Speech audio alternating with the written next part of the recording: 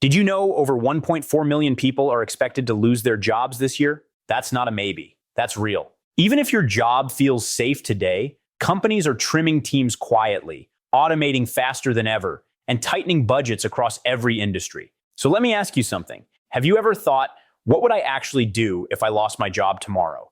Not a dream plan, not some blog checklist. I'm talking real life. Mortgage or rent due, bills piling up, and no paycheck coming in.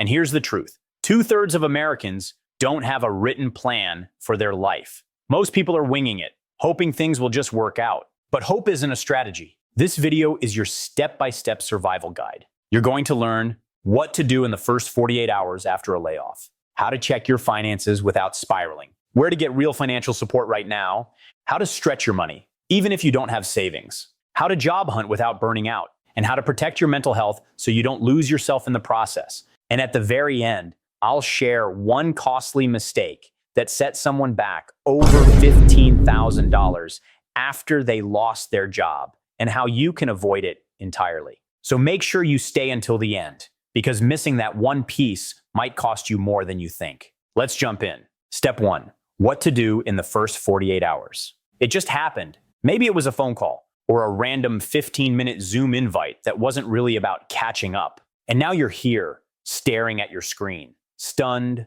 numb, and not sure what to do next. So first, breathe.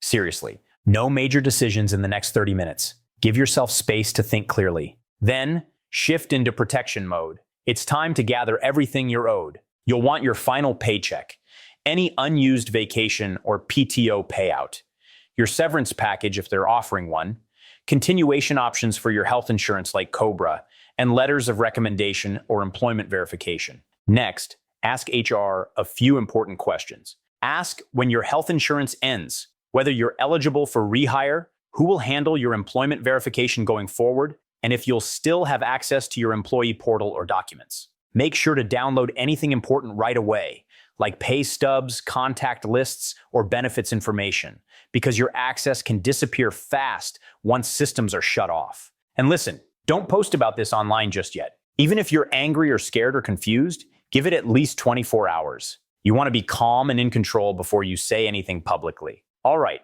once you've gathered what you need and taken a breath, the next thing you've got to do is take a hard look at your numbers. Step 2, audit your finances without spiraling. Now it's time to face the numbers. And I know this is the part most people avoid, but information is power. This isn't about judgment, it's about clarity.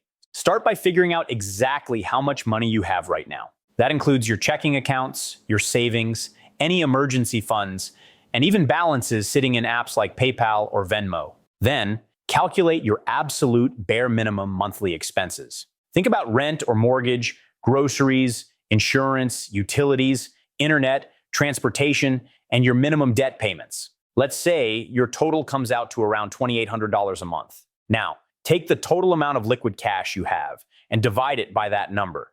If you have $5,600 saved, that means you've got about 2 months of cushion. If you've got less or none at all, that's okay. That's why we're building a plan. Now go through your expenses and pause or cancel everything that isn't essential. That means cutting streaming services, pausing automatic investments, canceling unused subscriptions, and reducing dining out or non-critical spending. You're not downgrading your life, you're buying time. And right now, time is everything. And just doing this puts you ahead of most people. You're facing it. You're taking control. That's a win already. Now that you know where you stand, let's shift into action mode and talk about the support systems that can help you buy time and protect your peace of mind.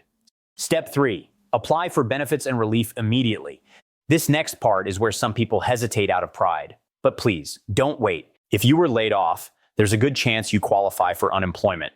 And every day you delay that process is money you might lose. Start the application as soon as possible through your state's official website. You'll need a few things like your social security number, your employer's contact info, your layoff letter or separation notice, and some recent pay stub details. And beyond unemployment, there's more support available if you know where to look. You might qualify for food assistance programs like SNAP or EBT, rent relief through city or nonprofit programs, utility support, discounted internet, and even medical hardship coverage from hospitals or clinics. You can also reach out to your lenders. Many credit card companies and loan providers offer temporary hardship relief if you ask. This isn't about gaming the system. This is about giving yourself the time and space to make your comeback the right way, not the rushed way. Step 4. Stretch what you have, even if it's not much. Let's shift from panic mode to strategy mode. You don't need to survive off of savings alone. You need to stretch your options while rebuilding. If you have an emergency fund, this is the time to tap into it. But do it intentionally. Use it to cover essential expenses only, not to maintain the lifestyle you had during full employment. If you don't have one, you're not out of luck. Start by minimizing how much cash is going out.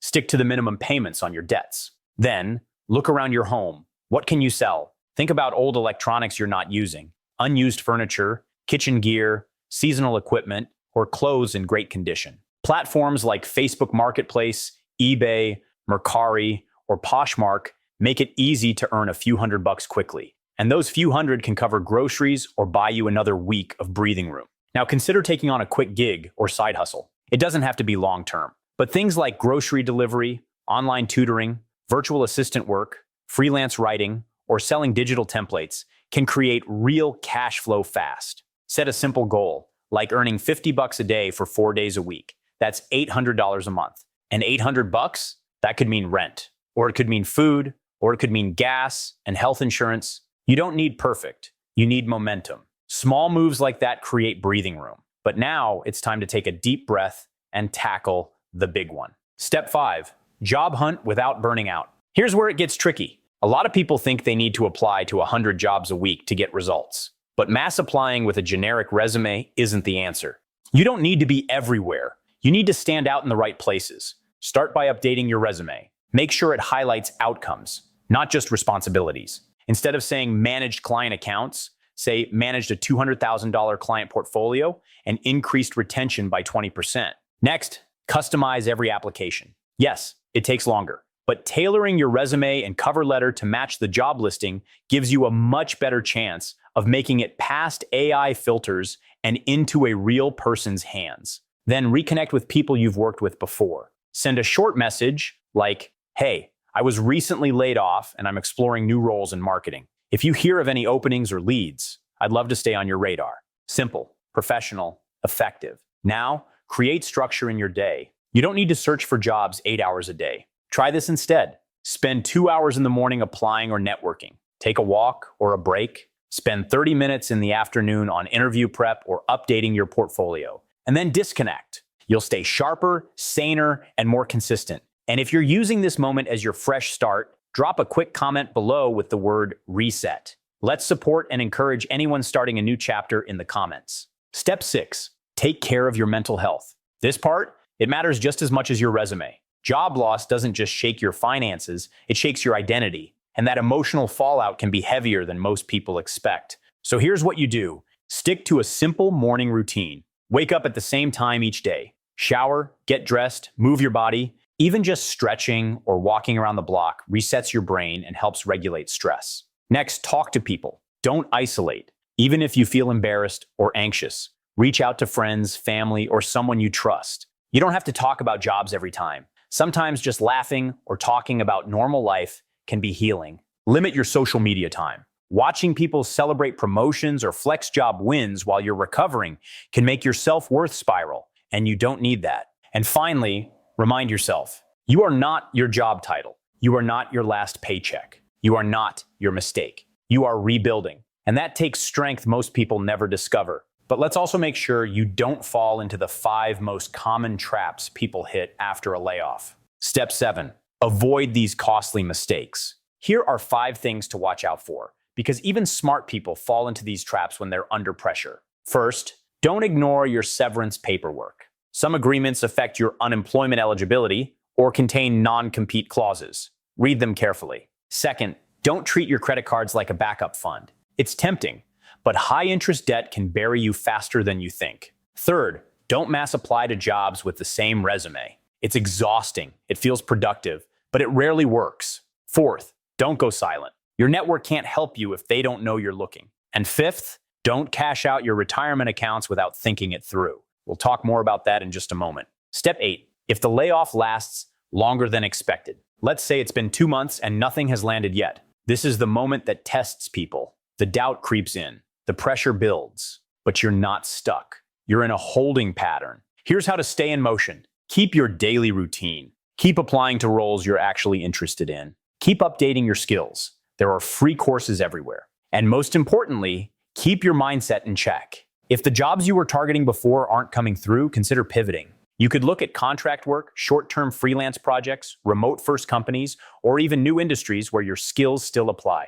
The key is to stay open and stay moving. Progress doesn't always look dramatic. Sometimes it's quiet, but it counts. This is the season where grit pays off. But before we wrap, there's one huge mistake that's quietly wrecked people's futures, and I need to make sure you don't make it. Step 9, the $15,000 mistake to avoid. Let me tell you about Derek. He's a friend of mine, smart, responsible, but when he lost his job, he panicked. He didn't have savings, so he withdrew $30,000 from his 401k. And just like that, after taxes and penalties, he lost over $15,000. But that wasn't even the worst part. That money would have doubled or tripled over time. Now it's gone, and his retirement got pushed back by years. So hear me on this. Only touch your retirement funds after you've explored every other option. They are not emergency funds. They are future use lifeline. Protect them.